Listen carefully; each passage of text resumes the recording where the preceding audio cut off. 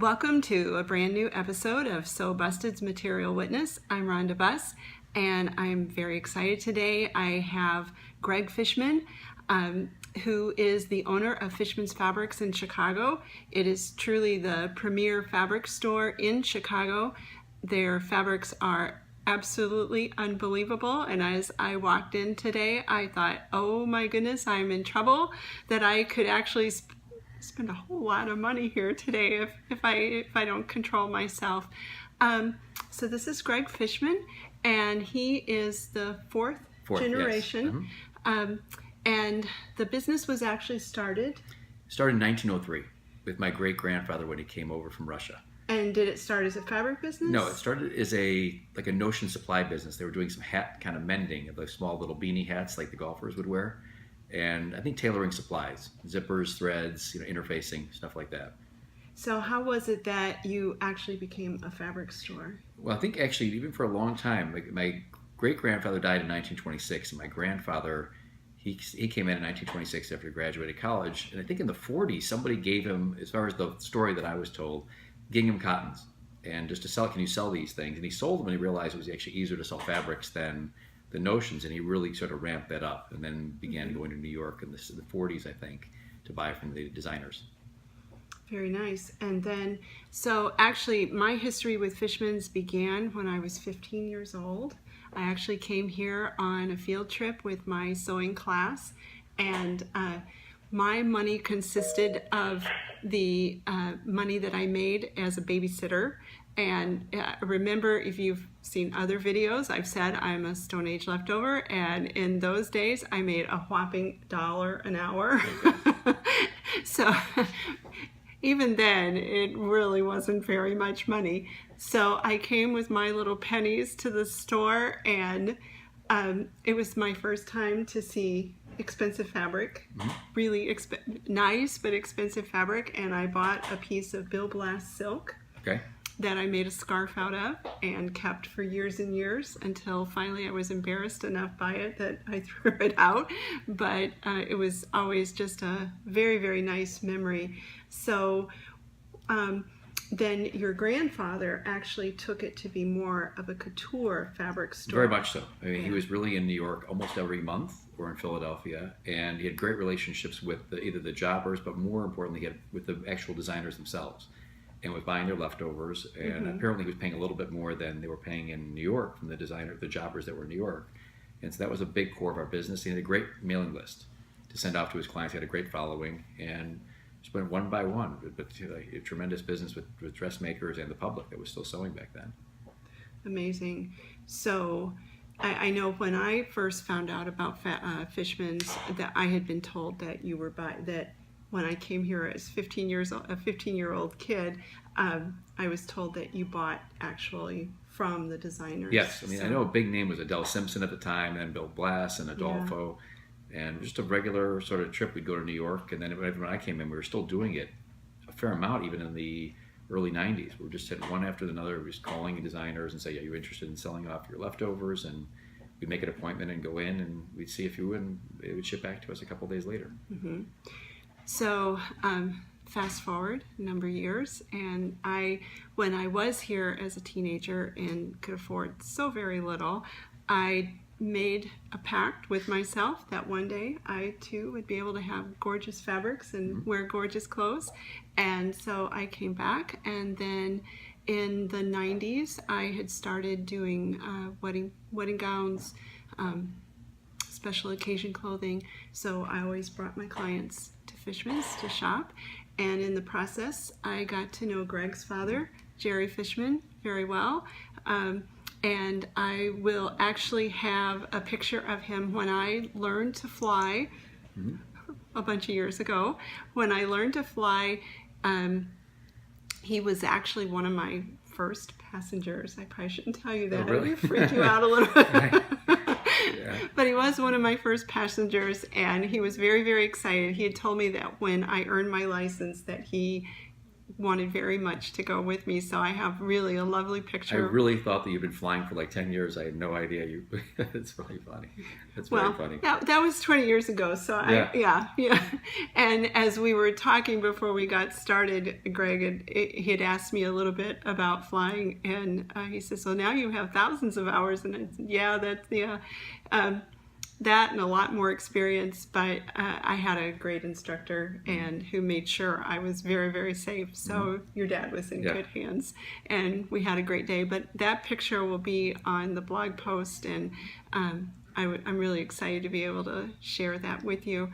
So when your father took over the business, he pretty much just carried on what your grandfather had started. Yeah, I think he added a couple things. I mean, he implemented sewing machines. At one point, we became a Bernina dealer for a number of years. And we also did sewing classes in a separate location as well as here. Right. So we kind of went in that direction at one point.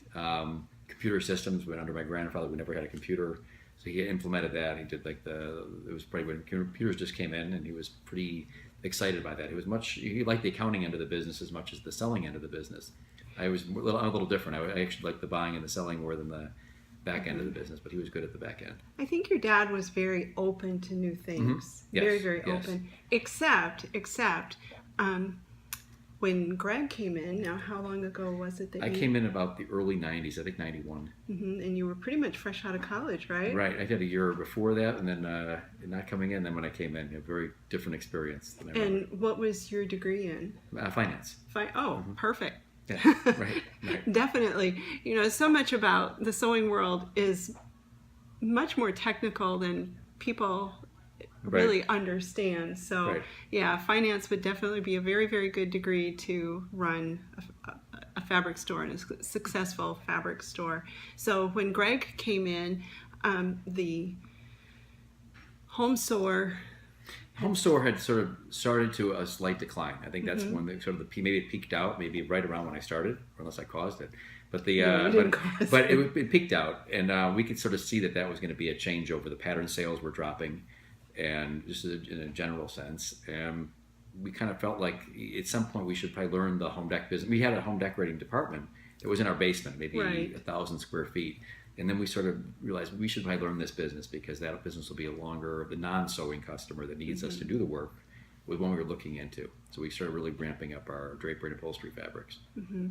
I know when you did start bringing in more and more of the home dec fabrics, your father had lamented to me about the fact that they still had beautiful fabrics, but just less of them. Oh yeah. And he said, he just lamented the fact that was kind of going away. And I told him, I said, well, if you were still just selling buttons and zippers, you wouldn't be in business today. That's right. So That's right. It's really about changing with the times.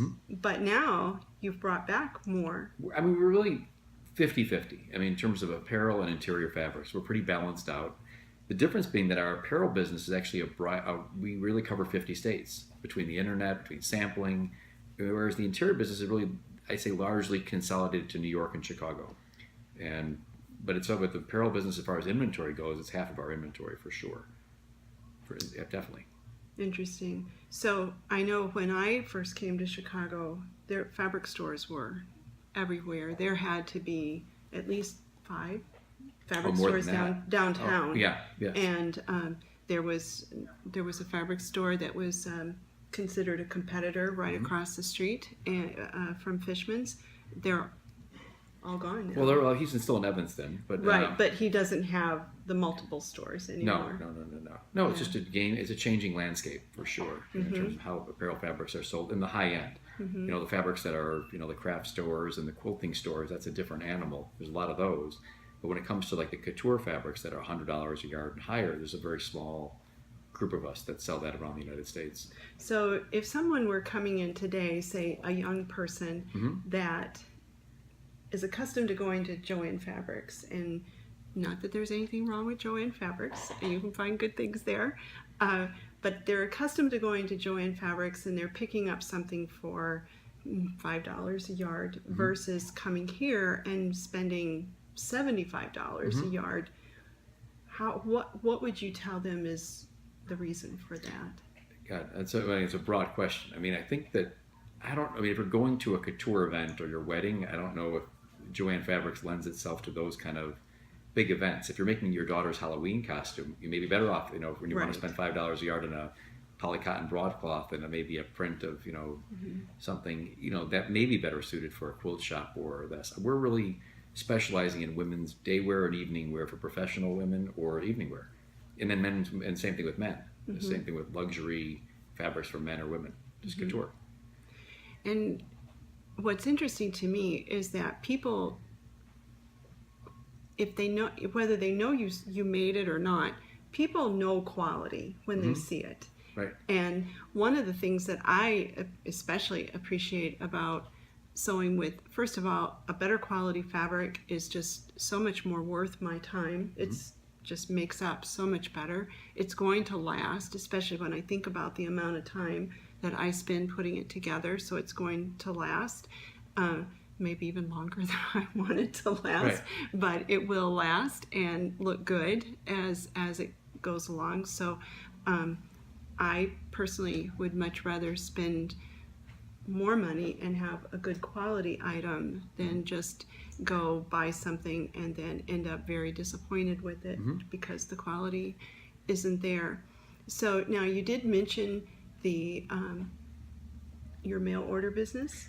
Well, we still do, we have our website with our regular lines. So we run about 120 lines. We're not the same closeout company we were. We have continuity. So we run a program. We sell a lot of designers and manufacturers. I mean, I'd say the business person is a big part of what we do. Probably 70% of our clients are in business as some sort of dressmaker, manufacturer, and they're around. They want continuity. They want to be able to buy 2 yards from us today, but then if they get production orders, they want to be able to order that later. So we're not the same. We do the closeouts to some degree, but not like we did before. Much more focused on lines that are with continuity. So that's a big difference. That covers the nation. Customers will look at our website and say, I'd like to get a color card or want to get samples. And we swatch it out. We just do it on an individual basis. It's easier just to listen. And the home consumer customer can email us anything and say, we're looking for a red flower dress. Can you send us a sample? And we just do it. We just take an email and send out the samples within 24 hours or so. We still don't charge for samples either. It becomes more of I call it more trouble than it's worth to bill somebody $1 for a swatch. As long as you don't go crazy. A lot of the schools sometimes will ask for if you ask for 30 samples, we'll make a phone call back and say, what are you really trying to do? But for individual samples for a few swatches, it's no big deal. Take note of that. That's really quite nice.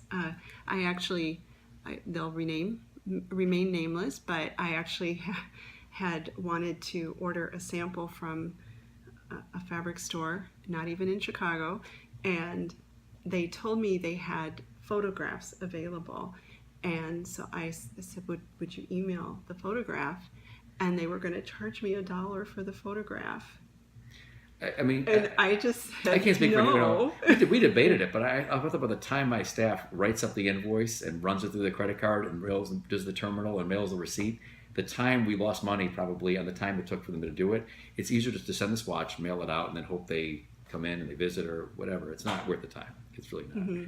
And I think, if you see a piece of fabric online that you really like, and then you take the time to get the swatch, I would think more often than not, you're probably going to order that fabric. Sometimes. But our some of the best ones are customers that don't find even what they want online, but they send a note saying, I'm looking for X. Can you send us samples of it? And we just do it. We're like, okay, yes, we can find that for you. And Very do a lot nice. of that. We do a lot of hunting. Very nice. I know that you had said that people go to your website and there are fabrics on your website, but most often they don't buy just off the website. They like never. Really, I don't think I want. If someone want to spend a lot of money, well, first of all, that's where those orders scare me to begin with. The person that says, "Here's my credit card. I want to spend thousands of dollars." This may be fraudulent or something. But the overall, no. I prefer to send a sample first because the dye lots can be off. You never know what you're going to get. So we just prefer to do the sampling. It's just part of our DNA. We've been doing it for so long. It's not even going to change. We've been doing the same exact thing for 60, 70 years of sending out swatches. Our staff is used to it, and we're pretty proficient at it. And one other thing that I'll say about Fishmans is, I think it says a lot that you have a fourth generation company, but when you walk through the store, so many of your employees have been here for a very long There are time. 12 of us total. I think we average, you include myself, I think we average 25 years. You know, you come in and you stay until, I don't want to say death do us part, but it's kind of like a marriage. We don't, it takes a lot for us to part ways. So I think that's and our retired ones come back. They come back and visit. So, very nice. Yeah, so I think that's a wonderful testimony to the type of environment that this is a have laid here. back business. We treat it like a family, so it's a pretty laid back business. And by the way, in back of us, you will see a picture of Gregg's grandfather, his name? Harry, and his grandmother, his grandmother, Ida. She worked on Sundays. She would cook in the basement for the guys. So we used to do. We're not open Sundays anymore, but back in our heyday, our business was 1/3 of the business took place on Sundays, and so she would come in and they had a housekeeper and they would cook in the basement here in our kitchen in the basement, and the guys would come down for lunch, so they would go quicker and go back to the floor. So it was like 20 minutes, but they had lunch was paid for and whatever part of what we did. And she would cook. She did the cooking. That's amazing, and I'm sure she was a wonderful cook. Yeah, oh yeah, that's a big thing. Yeah. But Sunday was a crazy experience. You'd fight to work on Sundays, so you'd get a great meal. Right. That would have been nice. So where do you see the future? Well, it's two things. One thing we sort of switched with. We used to be so much was going to New York and buying the leftovers from the designers, and at some point became very competitive to get the better lots in New York. So we started going to Europe and actually buying from the manufacturers when they have overruns. The actual, not the garment. So instead of buying from the garment manufacturers in New York, we're buying from the textile manufacturers in Italy. So they have mistakes, or they've got overruns, or they've got sample pieces, and then we get them before they ever make it to the United States. And it's actually I'm finding it to be easier. It's actually more exciting. So we're doing that probably once or twice a year. And they can also go by sampling, and it's just a fun part of our business now. But we seem to get better stuff at better prices when we do it this way. So that was one thing my dad really didn't do as much, but the internet did make it easier to find the sources that you're looking for. I love the internet. It's amazing for that way to kind of build relationships this way. So, and you have access to lines that you don't actually carry the fabric in the store. Right. We've got a lot of those. I mean, that's a big part of what we do. Textile, I call it textile brokerage. I'm just moving from, you find a mill that has stocking something in some part of the world and somebody needs it in a different part of the world, and to ship from point A to point B without ever taking possession of it is a fun, it's fun. It's something we're actually pretty good at that. So I'm not exactly sure how to word this, but I know in talking to many people, they feel that sewing is kind of a dying art, and that it's just going away. And how do you feel? I can't. Especially since you're here selling the fabric. Okay. When I'm on the floor working with clients directly, the clients that are buying this as a hobby, like a hobbyist, not a professional, they're fewer. They are just fewer. And when they do come in, good chance they're going to be buying something for their home. 9 out of 10 times more than they're going to buy it to make it to something for their clothes. They're the ones buying for their home. Chances are they may have someone else doing the sewing for them. So the actual home sewer with the machine going to make this dress. Every once in a while I'm surprised by a woman or a guy in their 30s or their 20s. The students are great. We still have the student kids, but I don't know what happens to the students after they graduate. Are they going in to work for a design firm, or are they actually going to go out and do couture? They're still around, but it's the hobbyist is what I should say. That I remember first starting, they would, customers would come in, they'd buy 4 or 5 patterns, they'd pick out 4 or 5 wools, they'd be getting for their, September, ready for their job, and make 4 skirts or 4 dresses or 4 jackets. And it was an exciting part of their, fall wardrobe is what they were going to sew. And I don't see them. I just don't see that particular, we don't sell patterns anymore, but I just don't see that particular enthusiast. I'm going to your event you had for the for Haute Couture. That was wonderful. Seeing 30 or 40 of you together, it was like, wow, this is a nice group. But you just don't see the hobbyist all that much anymore. And if they come back, that'd be wonderful. I don't know the existence exactly. I just don't know. I think it's different today. There's definitely the 20, 30 something crowd that they're sewing. They're sewing in a different way. There's a little fabric store in my neighborhood it was called the Needle Shop. I think now it's called Oak Fabrics. And I happened to be in there one day, and the saleswoman was helping someone buy fabric for a skirt. And she said, well, we need to find a zipper. And she said, oh, I can't be bothered. I just roll it over and sew on a snap. And of course, for someone like me, that's like, Right. what? Right. But, my hope is that they'll be lured in enough that eventually they'll want better quality. Right. That's what I hope. So I know their sewing is just, and not that everyone that's in their 20s is doing poor quality work. That is But not we're selling, it at so all. our client that comes in, I want to say, they're 60, 70 years old. They're semi-affluent, and they have a dressmaker they've had for 20, 30 years that they trust. And they come in, purchase the fabric, and bring it to their dressmaker to make for them. Or the dressmaker themselves still comes in and picks it up for them. And that client still exists. Now, do I see it in the 30-year-old range? They don't have the money to do it necessarily, or that's not where they've been. Didn't grow up on that, as far as having their clothes made. Whereas my mother has always had her clothes made. My wife is not, even she's here, doesn't always have them made. She's like, it's just easier for me to go to, buy it at a department store. So it's a different mindset, different age. And, Right. We hope that there's still that. It's obviously it still exists. It's a question of how much. Right. So the fabric industry is still going on, and that this is such a gorgeous store, and I would highly recommend that if you are in Chicago to definitely make it a stop when you're here. It is, if for anyone, a sewist, I think this is better than Disneyland. So yeah, they're wonderful things. I know when I walked through the store, seeing there were furs hanging, the leather, beautiful wools, all sorts of gorgeous things where you could really just come for hours, I think. And really, there really is no store on the apparel side like us outside of New York, a little bit of Miami, in Los Angeles. That's really about it. Where you find like the higher end couture stuff like this. Well, and even in New York, in any scale, right? But even in New York, they don't have the space that you have. Oh God, no. No, that'd be now. awesome. How is it that your I think your grandfather, how was it that he was able to acquire the He had space? to. Well, he bought. We built the building. Yes. We were forced out. I think it was Eisenhower with the interstate highway came, and they had eminent domain for our small store, so he had to move. So finding a space, he just wanted a space for his fabrics, and this lot came up. And when he built it, I think it was the largest fabric store in the country. But it was more or less like I think he would have stayed in that small space for a long time. He was kind of forced out. And he said, well, we might as well just do a little bit, bigger space versus smaller space. So thank God we bought the building. So that's been a wonderful thing. This neighborhood has changed over, so it's been terrific. Right, and the neighborhood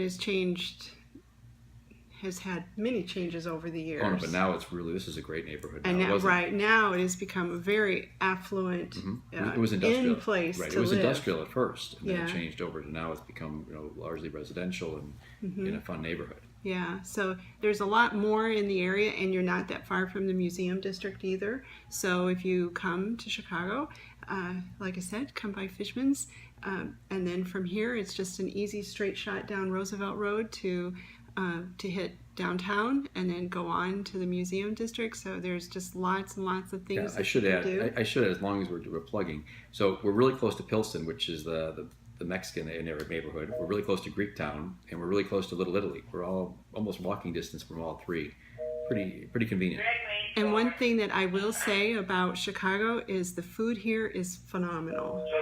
You really cannot get a little bit of business going on in the background. Right. As far as food is concerned, I think this is one of the best cities for eating. So, and like you said, you can literally walk to Greektown from here, and Pilsen has some of the best Mexican food you can find just about anywhere outside of Mexico. So, so there's lots and lots of possibilities here. So, don't just come for the weekend. Come and stay at least for a long weekend, because you'll find out that there's more to do than you would think. So, in summing up, I always like to end with something funny. So, do you have a funny story in your time with Fishmans? Oh God, that's like I'm going to be politically correct too, and that's going to take a second to be thinking about. I don't know. I mean, I can't think of anything on the spot. been my funnest experience. It's been some characters. We've got some really fun characters. I think I have to leave it at that. I mean, from different walks of life, and each day you never know who's going to come in the door. True. I could end with just a little bit of a funny story. I actually did a summer camp for Fishmans one year, and I had, I think, 10 little girls, and there was a shop over on Roosevelt Road where we were, and so the neighborhood was not so good at the time, and the doors were definitely locked during the day. And one day, a man came to the back door, and he just didn't look quite right, and the little girls were definitely, they were troubled by this person. And so I told them, you know, you have the means to defend yourself. Mm-hmm. And I said, what do you think that is? And one little girl said, a sewing machine. I said, what are you going to do, sew him to death? And I said, no, you have a pair of scissors. You know, right. That's the best thing in the world. But yeah, her answer was a sewing machine. So that was a fun experience with those little girls. I worked myself to death, but we had a good time, and I was with them all day long. So I ended up being more than a teacher, a little bit on the mom side as well, because during the course, one day, one little girl stole another little girl's lunch. So we had a whole session on you know, stealing and telling the truth. And So I just thought of one typical story. We sell fabrics for all types of projects where customers are calling us and saying, we're trying to do X, we need to make Y. So we did some type of 100-foot condom out of a stretchy fabric that was made for some type of sexual awareness kind of benefit of some sort, but that was going to be like a giant. We did a shirt like that. True Rowenta had a demonstration at a mall. We had to do like a 100-foot shirt in fabric. They were making constructing like the largest shirt ever of some sort. So those kind of projects come up past our desk every once in a while, just weird projects or obscure things to make time sensitive. Those are fun. The projects are fun. 100-foot condom. Yes. I'm glad I wasn't in charge. It's a lot of yards, which was good. Yes. So, Greg, thank you so much. Thanks, Rhonda. Really appreciate it. Yes, it's been a lot of fun to reconnect.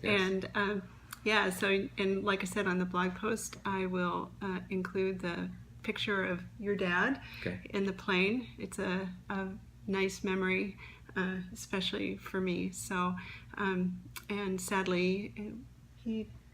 06. Yeah. Leukemia. Actually, lung cancer. Lung cancer. But a great guy. I mean, as far as like you're fortunate and sometimes you get lucky. Having my father was just the luckiest thing. I mean, the nicest guy. I mean, very nice. Never a conflict. You'll hear about family businesses and struggles and fighting and infighting. None of that. It was just a pleasure. We shared the other office like 5 feet apart for years. We had two separate offices. We always stayed in the same office.